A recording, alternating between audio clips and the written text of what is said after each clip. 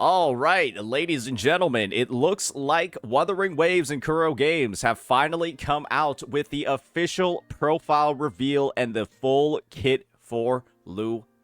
So why don't we go ahead and, with a little bit of additional information on what her weapon does as well, break down everything that she's going to be offering. But first, before we do all of that and we start looking at some text, we have something also a little bit fun for us to look at as well. And that's actually going to be her Resonator Combat Showcase. Kuro Games dropped the bomb over the past 12 hours. They dropped everything when it comes to this unit. And I think the only thing that's actually left when it comes to Lupa is her actual Resonator Showcase. So with that, that's probably going to be coming out in like the next couple of days. If it came out tonight, I would be surprised because, yeah, they're really blowing the load a little bit early with this one. So yeah, this is going to be your Combat Showcase. Let's take a look at that real fast and then get right on into her kit.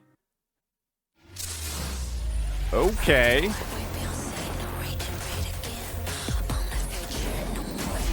First things first, the animation on this one and the music is a little bit crazy, brother. And if you're all familiar with the game called Honkai Star Rail, that's sort of dead in the ditch nowadays, the opening of this showcase actually reminds me a lot of Sparkle's character showcase, way back in the day.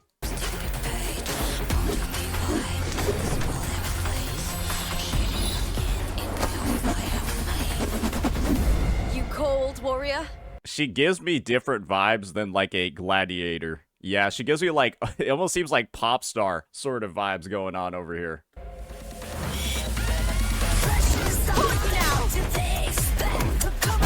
Okay. Her moveset is crazy, brother. Into the spotlight! The modern day gladiator. Yeah, I gotta say that this showcase is probably one of the most artistic ones they've ever had. The music is also pretty much like next level as well. The only thing I have to say that's negative about this showcase is that it's too short. Yeah, only 1 minute and 14 seconds is way too short. I really wish this one was longer. Maybe they actually ran out of time to get this one going because it is pretty badass. Oh, that's crazy. Oh, that's really cool. Oh, that is really cool. It's got like the sort of like retro art style. You know what it actually reminds me of? The art style over here. And, well, when you know the collabs that are coming out for Wuthering Waves, well, it's a little bit interesting that they're using art style like this. It reminds me of Cyberpunk, actually. Yeah. This gives me heavy Cyberpunk 2077, like Edge Runners, that sort of vibe. Oh, shit. Yo, she's kind of rude. She's kind of rude. Okay, so what does her liberation do? Does it just remove her clothing? It does. That's a stylistic choice. She's got a couple of the Chang Li vibes over here. She's also yeah, she's also kind of mean.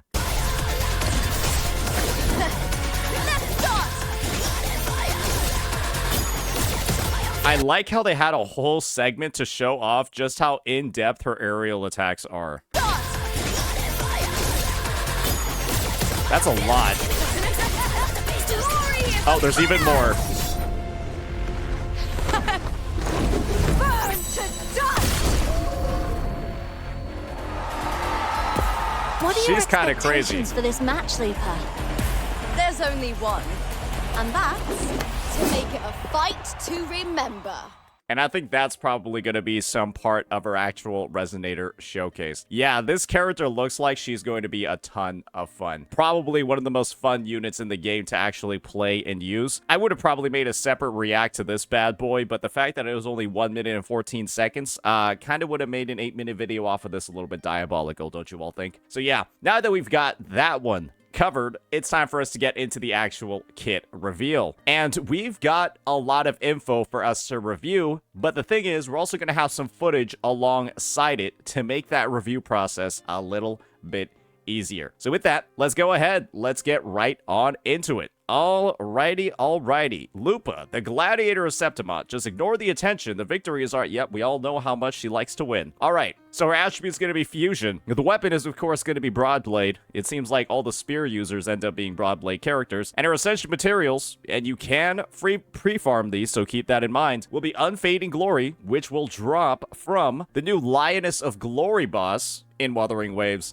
And the next item that you'll need for her Ascension is the Bloodleaf Viburnum, which you can just get from, you can just track it from your inventory and go pick it up across the map. She's also going to use Howler Cores, which is kind of like actually a 1.0 material, so you should have plenty of those, or you can just use those boxes in your inventory to get them. For her skill match, she's also going to use Howler Cores as well over there. Waveworn Residue, which is the 1.0 Broadblade mat, so yeah, everything should be good over there. And her weekly boss mat is, and you might have a lot of these, Hecate's, the Netherworld Stare. So you can pre-farm everything for this unit prior to her release on July 3rd. So do keep that in mind. You should have her ready to go at 100% as long as you use your wave plates properly. So yeah, let's take a look at her combat rolls real fast. She's gonna have Concerto Efficiency. So if a character is Concerto Efficient, they're gonna actually have intro and outro skills ready super fast. Her Resonance Liberation damage is gonna be her main source. She's gonna have Fusion damage amp and basic attack damage amplification. So she's kind of like a best-in-slot teammate for Brant, and as you'll find out, she'll be a best-in-slot for Chang Li too. So you can already see what the team is looking like over here for the best-in-slot. So now let's go ahead, let's keep going and take a look at the normal attack. And this is, I think, one of the more interesting and very cool normal attack chains we've ever seen. Yeah, pretty wild. So this is just going to be a very simplified explanation. Probably too simple. I'm pretty sure Kuro Games is going to come out with a more complex one later on. Yeah, they're going to come out with a more complex one. So we'll look at the simplified explanation first, but it's very surface level. So the basic attack is going to deal fusion damage. The heavy attack is also going to deal fusion damage. The enhanced heavy attack is when her Forte Circuit reaches a certain number of points, she can use the enhanced heavy attack, which deals fusion damage. And then her mid-air attack is, you guessed it, it's going to deal fusion damage. Yeah, I really do think that maybe they should have just put in the complex explanation in here, because at this point, this is just kind of ridiculous, right? This tells me absolutely nothing about how her kit is going to work. She's also going to have an enhanced mid-air attack, which is, you can see over here, this resource called Wolf Flame is being used to consume and actually perform these. So it's going to be a enhanced mid-air attack that deals heavy attack damage. So she has actually two damage types. Heavy attack is going to be her secondary one, while Resonance Liberation is going to be her main one. And then she's going to have a chain basic attack that deals... Okay, you can see what's going on over here. Yeah, we won't spend too much time on that one. Now, we're going to have her Resonance skill, She-Wolf's Hunt. She can deal fusion damage and mark the target, and after performing the Resonance skill, she can perform a second one. So it's going to be a bit of a two-part sort of move. If you want an example of what a two-part Resonance skill actually looks like, we'll just take Arrow Rover out of the party, and we'll just put in another character to kind of demonstrate it. This is an example of a two-part Resonance skill, and let me move my camera as well. So you press your E on Carlotta, right? And you'll be like, whoa, I've got a second skill that I can cast, and it shows you the timer for you to cast it again. And if you don't cast it again within that timer, right, it just goes on cooldown. So that's just going to be an example of how the mechanic is going to be working for Lupa in this circumstance. So very simple, not the most unique thing ever, but it's also going to have the caveat of if you switch out of her while the timer for the second cast is available, it's actually going to put it on cooldown. So you kind of got to cast both of them before actually initiating some of your swaps. Now we got our Resonance Liberation.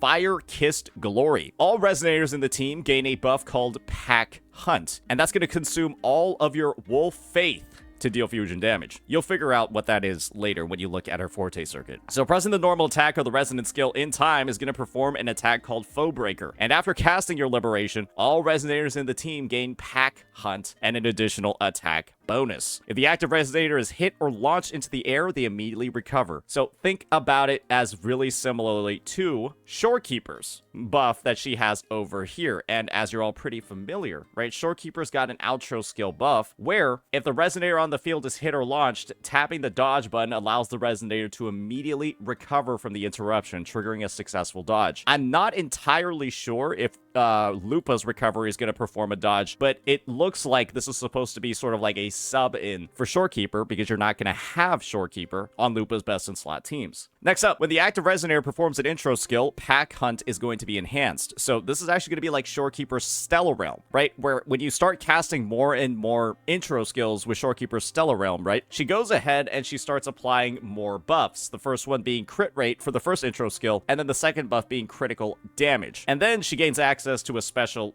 intro skill called Discernment at the end. And you'll be like, wait, this is actually going to be pretty similar to what Lupa's going to be able to do. So that's going to provide more attack bonuses, and you can see it stacks up to 2 times for chaining together 2 intro skills. And when Resonators with Pack Hunt attack Overlord class or Calamity class targets, they gain an extra fusion damage bonus. So she actually has a bit of a buff when you're fighting boss monsters, which should be, you know, relatively accessible in pretty much all of the endgame modes, except for Whimpering Wastes. Yeah, Lupa is actually going to have a bit of a debuff in Whimpering Wastes because, ladies and gentlemen, there are no Overlord class or Calamity class enemies in that game mode. So that is something definitely to keep in mind. But she is paired up with some of the strongest Whimpering Waste characters already, with Brant and Chang Li kind of already, you know, being very, very strong characters for that mode. Now, we got Foe Breaker. And what Foe Breaker is going to do is it's going to consume all of your Wolf Flame or your Forte Circuit and deal fusion damage and then enter an enhanced state. And normal attacks, while in this enhanced state, are going to restore more of that Forte Circuit per hit, and she cannot perform her regular resonance skills while in this state. And so you'll see what all this Wolf Flame, Wolf Faith interactions are looking like when we take a look at her Forte Circuit. And isn't this kind of interesting that she has a Chang Li over here to showcase some of the stuff that's going on? We'll dive into that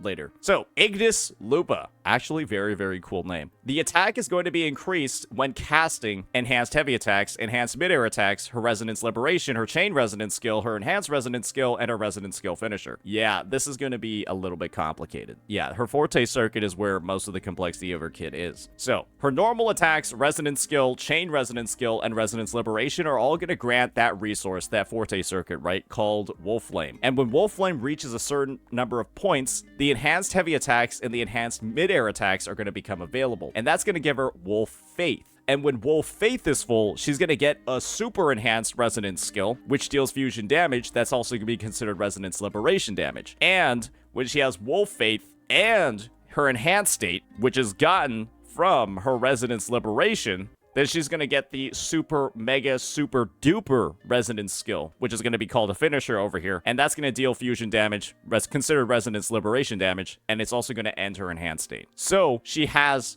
enhanced mid-air attacks, enhanced heavy attacks. She's also going to have one regular enhanced skill, and then a super enhanced skill finisher. And those are all triggered, right, from having different amounts of Wolf Faith active, which is created from consuming Wolf Flame, and you can kind of see what's going on over here. And then when she's in her Liberation enhanced state, she gains access to the resonance skill finisher. So, it sounds really, really complicated at first glance, but in practice, it's not going to be that crazy. And we'll explain why. The last part of Lupa's Forte Circuit is that within a certain period after Lupa performs the enhanced resonance skill or the finisher, which is gotten from the Wolf Faith, which you get from doing the enhanced mid-air or the enhanced heavy attacks, she's actually going to perform a coordinated attack when they use their resonance liberation. And that one is going to be considered resonance skill damage. So Lupa essentially has 3 damage types in her kit, which is kind of crazy, right? Resonance skill is easily the lowest one. She's then going to have her heavy attacks, which are going to come from her enhanced heavy attacks and her enhanced mid-air attack. And then she's going to have resonance liberation, which is going to be, right,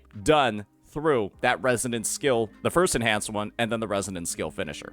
Now she's going to have her intro skill. The first one is just going to deal fusion damage, but she's also going to have an enhanced intro skill, much like Shorekeeper. That's why I mentioned it before. When Pack Hunt reaches its cap of 2 prior intro skills cast, Lupa's going to be able to use her enhanced one. And this one is going to remove Pack Hunt and Glory on all Resonators in the team, basically remove all those buffs, and then deal a massive amount of fusion resonance liberation damage. And you might be wondering, okay, just how much damage? Is it actually worth removing all the buffs on my team to actually gain access to this? And this is the thing, we actually are able to get a short preview of just how much damage this thing is going to deal. And boy oh boy, you will probably be surprised, because it deals at level 1 it deals 399.16% plus 25 times 4. That's basically 500% attack at level 1 scaling. And so you can imagine at level 10, this might be close to like 1,000 or something like that. So that's going to be the payoff for getting all that pack cut ready to go and, you know, building up the intro skills and then finishing off the team's rotation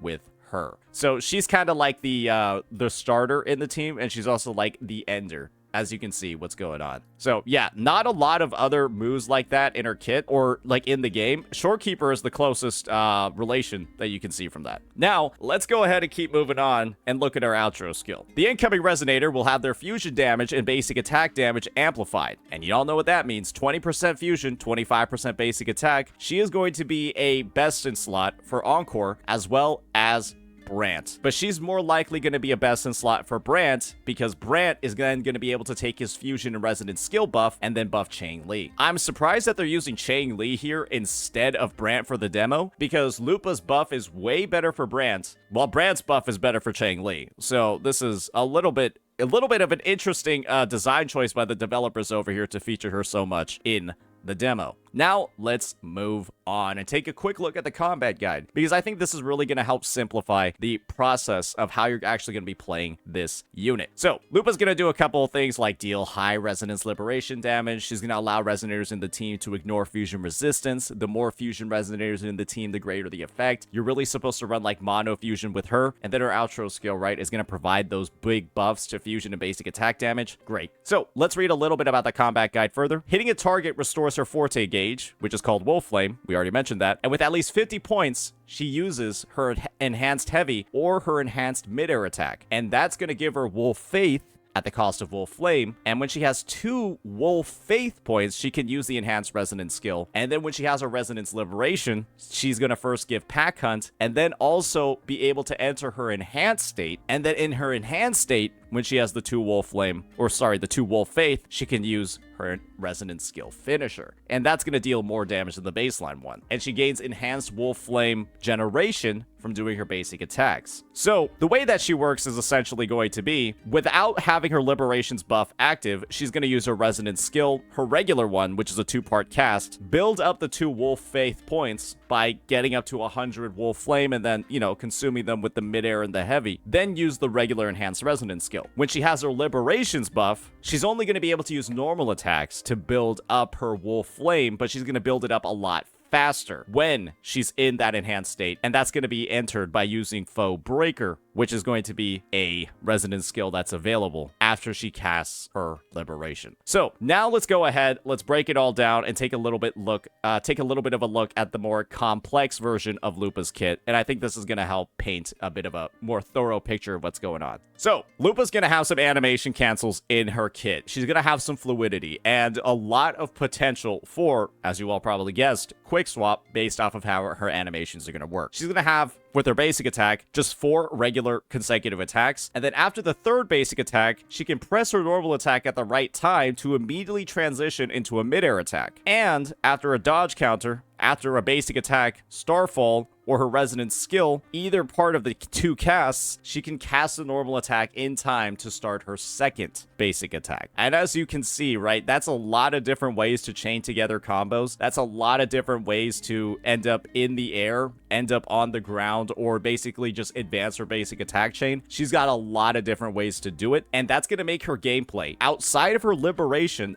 actually very, very fluid and very, very interesting, because when she's in her liberation enhanced state, all she can do really is basic attacks, aside from using her enhanced heavy and her enhanced midair. So she's gonna have a regular heavy attack. You're probably just never ever gonna use it, if we're frankly being honest. And that enhanced heavy attack is gonna be called Wolf's Gnawing. And when Wolf Flame reaches those 50 points, the heavy attack is gonna be replaced. So you're gonna consume the stamina to actually do this. This attack does not restore Wolf Flame, and it's going to consume 50 points of Wolf Flame to perform this attack and then gain that 1 point of Wolf Faith. You're going to see across all of her enhanced heavy and mid-air attacks, this is going to be the consumption that goes on. 50 for 1, and then when you have 2 of the Wolf Faith, you can use her enhanced skill. So when Wolf Flame reaches 50 points and Wolf Faith reaches 1 point, she's going to gain access to a slightly different heavy attack, but you're still going to activate it in the same way. So you can see over here, one's called Wolf's Gnawing, the other is called Wolf's Claw. The only difference is that, well, one is activated when you have 0 points of Wolf Faith, which is Gnawing, and one is activated when you have 1 point, which is going to be Claw. Otherwise, they're functionally going to be activated in the exact same way, and I do believe the only differentiation over here when it comes to those attacks is that one might do more damage than the other. Let's just see. Yeah, as you can see, Wolf's Claw, the one that you activate by having 1 point of Wolf Faith already, and then 50 points of Wolf Flame, it's going to actually deal more damage than Wolf's Gnawing. So that's just something to keep in mind. Next up, we're going to have her mid-air attack, and that's going to give her 3 consecutive attacks in the air, and if she dodges, they're not going to be reset. So when she reaches 50 points of Wolf Flame, that Forte Circuit, right, that holds up to 100, her mid-air attack stage 3 is going to be replaced with one called Fire Strike, which is going to have, as you can probably tell, right, the same exact sort of mechanics as those enhanced heavy attacks. It's going to consume 50 points and then give you 1 point of Wolf Faith. And so you can probably imagine, right? Oh boy, I'm probably going to end up with combos where I'm going to maybe consume one on the ground or consume one in the air by chaining together all of my attacks and then start, you know, being able to, after basic attack stage 3, end up in the air, then I'll consume a point, and then I'll end up on the ground, and then be able to use Wolf's Claw. Might have to build up 100 points of it first. She's then going to have a plunging attack as well, right? Which she's probably going to be able to use right after her Fire Strike attack, because that's the third attack that's going to be replaced. And that's just going to allow her to, you know, end up on the ground, and then she's going to use a basic attack called Starfall, which, as you can see over here, Starfall's going to allow you to chain into the second stage of her basic attack. You can see all the different combos. You can see all of the different cancels that are already in her kit. And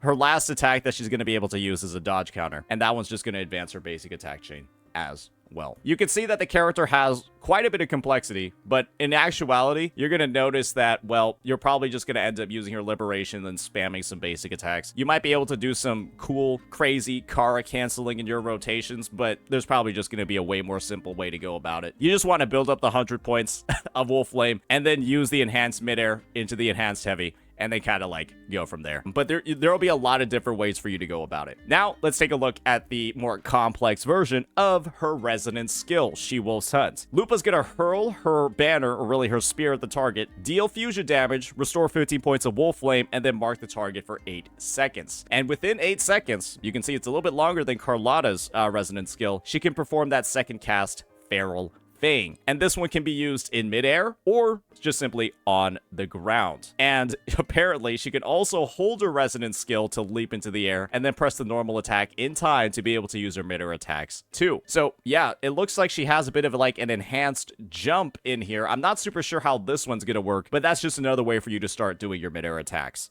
It's very interesting that she has this built into her kit. Next up, Feral Fang. Lupa's gonna lock onto that target that she threw her banner at, deal fusion damage, and restore 15 more points of Wolf Flame. And the damage multiplier to marked targets is going to increase by 50%, so it's going to have a bit of an AoE. And Feral Fang is going to enter cooldown if it isn't cast in time within the 8 seconds or when Lupa is actually switched out. So this is going to be like the one sort of barrier, the one thing you got to be, careful about if you are quick swapping with her. You're going to want to get off both casts before actually getting into those crazier mechanics. Next up, we're going to have her Resonance Liberation, Fire-Kissed Glory. And so this is where some additional details are going to come out that'll explain her rotation a lot further. So she's going to attack the target, deal fusion damage, and then when performing this attack, she's going to consume all of her Wolf Faith. Remember, she can store up to 2 points, and then restore 100 points of Wolf Flame. So there's a lot of different things that you can actually do after you cast this liberation. The first thing you want to make sure of is that you don't actually have any Wolf Faith built up, because there's no benefit at all to actually consuming these. And you only need 2 points to be able to cast her enhanced skill. So as like a basic sort of gameplay loop, you want to make sure you aren't actually consuming Wolf Flame before using this. You kind of want to just start off the team's rotation by using this. And when you realize what her Sonata set actually does, it'll make a lot more sense. So let's just first take a look at what her best in slot Sonata set actually does. And that one, ladies and gentlemen, is going to be